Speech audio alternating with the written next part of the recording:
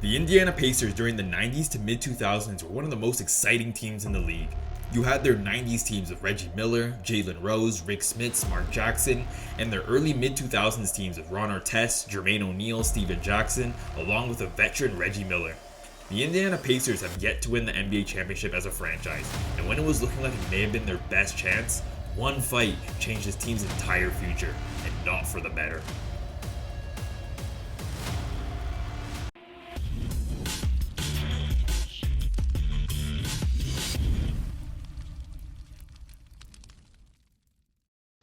The year is 1987, and ever since the Indiana Pacers merged into the NBA from the ABA in 1976, they never had a season with over 44 wins. But the Pacers found a gem in the 1987 draft with the 11th pick overall, who most of you are familiar with. He was a lethal sharpshooter who went by the name of Reggie Miller. The Pacers were still below average as usual his first few years there, but Reggie did make his first All-Star appearance in 1990, putting up 24 points per game at just 24 years old. Fast forward to 1994, Reggie's 7th season in the league, where he was already a proven star, consistently putting up around 20 points per game. But not only that, the Pacers were starting to win games on top of it. During this time in 1994, Michael Jordan decided to play baseball after winning 3 straight championships and finals MVPs with the Chicago Bulls, leaving the championship window in the NBA wide open. And in the 1994 season, the Indiana Pacers finished 5th in the Eastern Conference with a 47-35 record.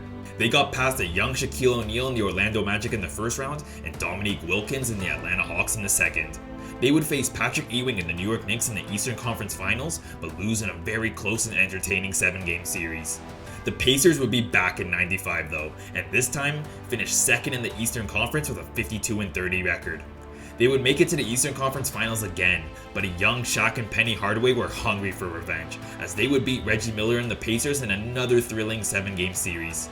The year is now 1996, and Jordan was back in the league for good after he returned in the second half of the 95 season. And as you may know, the Bulls finished that season with an NBA record at the time, 72 wins and 10 losses, plus a championship, and 69 wins in 1997 with another championship. And in 1998, the Bulls were still seen as the best team in the league, finishing with a 62-20 record. But back to the Pacers. After getting upset in the first round in 96 and not even making the playoffs in 97, the Pacers were back and ready to compete for a championship in 1998. The Pacers finished that season with a 58-24 record, which was good for 3rd in the East. The Pacers and the Bulls would face off against each other in the 1998 Eastern Conference Finals, and what a series this was. The Pacers almost pulled off the improbable upset against the Bulls, but they lost yet another close 7-game series in the Eastern Conference Finals. The Bulls would three-peat that season, and with Jordan now retired again after the 1998 Finals, the 1999 championship was there for the taking. The Pacers would finish 2nd in the East again in a shortened 50-game season, but would suffer another loss in the conference finals, this time in humiliating fashion, to the 8th-seeded New York Knicks, who only had Patrick Ewing for 2 games in that series until he got hurt. After so many trips to the conference finals and never getting past the hump, Reggie and the Pacers finally reached the NBA Finals in 2000. Reggie was 34 years old, but was still an all-star, putting up around 19 points per game. However though, out of any year to reach the NBA Finals, the year 2000 was not the right time if you were not named the Los Angeles Lakers, as this was their first year of their eventual three-peat with Shaq and Kobe. The Lakers would defeat the Pacers in 6 games, and the Pacers would be mediocre at best the next couple of years.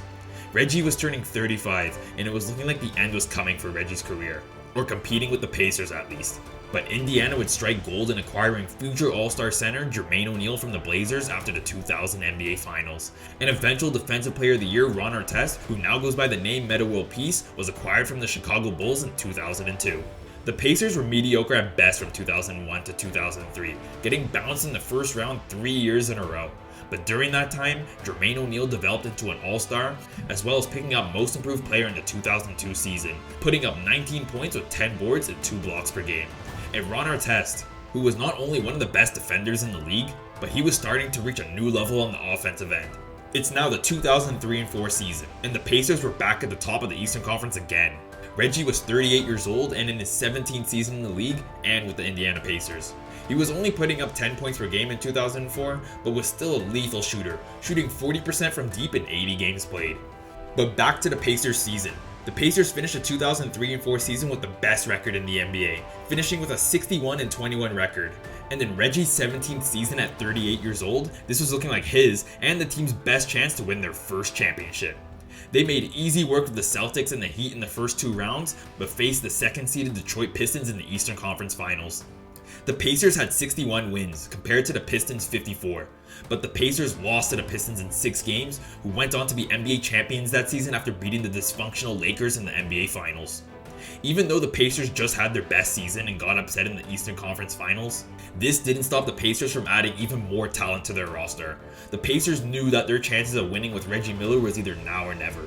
So the Pacers acquired Steven Jackson via trade from the Atlanta Hawks, a 26-year-old shooting guard who averaged around 18 points per game at the time.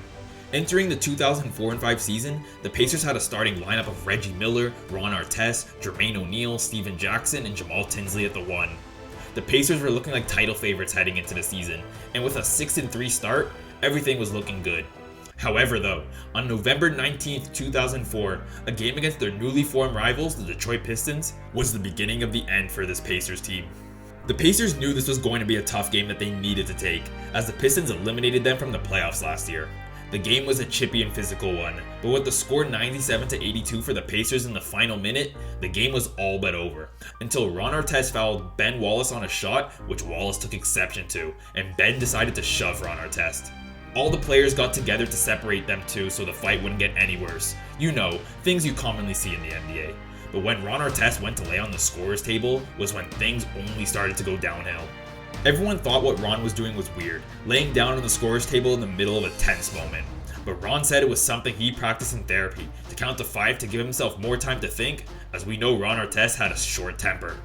But because the players were heated, especially Ben Wallace on the Pistons, this transferred over to the fans, which ended up leading to a fan throwing a drink at Ron Artest who was laying on the scorer's table.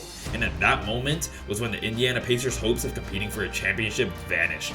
When that drink landed on Ron Artest, he immediately charged into the Detroit crowd, fighting the fan who he thought threw the drink, which ended up not even being him, and it only got more downhill from there. Steven Jackson jumped into the crowd as well to defend Ron Artest, but after another fan threw a drink at Ron, Steven started throwing hands as well. The whole scene was an entire mess. All the players eventually walked off the court into the locker rooms after the fans drenched the Indiana Pacers players with their drinks. And when the entire situation was over with, everybody knew there would be some hefty suspensions. Ron Artest was suspended for the remainder of the season, which ended up being over 70 games. Steven Jackson received a 30-game suspension, and Jermaine O'Neal received a 25-game suspension for fighting a fan, as well as trying to defend his teammates. So not only did this fight ruin the reputation of Artest, Jackson, and O'Neal in the short term, but it completely ruined the chances of the Indiana Pacers competing for a championship with Reggie Miller, when this was undoubtedly their best chance to do so. The Pacers were not the same team without their Defensive Player of the Year, Ron Artest. And even though Jackson and O'Neal did return in the middle of the season, it wasn't enough to make a push in the playoffs, as they finished with a 44-38 record, and they did make it past the first round against the third-seeded Boston Celtics, but the Pacers lost in the second round to the Detroit Pistons, ironically, in 6 games. And the nightmare season for the Indiana Pacers was finally over. But that was not the end of it. Reggie was 39, about to turn 40, and he intended to retire at the end of the 2005 season, in which he did. But the way their season ended, having arguably their best player suspended for the season for a fight that didn't need to get as big as it did, was not how Reggie Miller had that season planned out, especially after making the conference finals the year before, and heading into the 2004-05 season with an even better roster with the addition of Steven Jackson. The next season in 2005 and 6, Reggie was now retired, but the relationship between Artest and Jermaine O'Neal was broken beyond repair, and Artest demanded a trade, heading to the Sacramento Kings 16 games into the season. The Pacers finished the 2006 season with an even 41-41 record, and it was clearer than ever that this team's chances of competing for a championship were all but over. Looking back on this now, yeah, it was great entertainment for the fans to see a fight like the Malice at the Palace, but man, not only did this completely alter the careers of Ron Artest and Jermaine O'Neal, but the Pacers' best chance of winning an NBA championship in their franchise's history was all but over not even 10 games into the 2004-05 season. And Reggie Miller, the Hall of Fame legend who was the all-time leader in three-pointers made in NBA history at the time, ended up retiring with 0 rings after his best chance of winning slipped away because of a fight that could have easily been avoided. Fast forward to the 2010 season, where Jermaine O'Neal and Ron Artest are in the second halves of their career. And when Ron Artest won his one and only championship with the Lakers in 2010, he mentioned after that series was over that he should have won a championship when he was with the Pacers with Jermaine O'Neal and everybody else. That of course did not happen, and Jermaine O'Neal still had a solid second half to his career, but the Malice at the Palace not only affected Jermaine, it affected the whole Pacers team, including the all-time great Reggie Miller, who was so close on multiple occasions to win an NBA championship, but was just never able to break through that hump.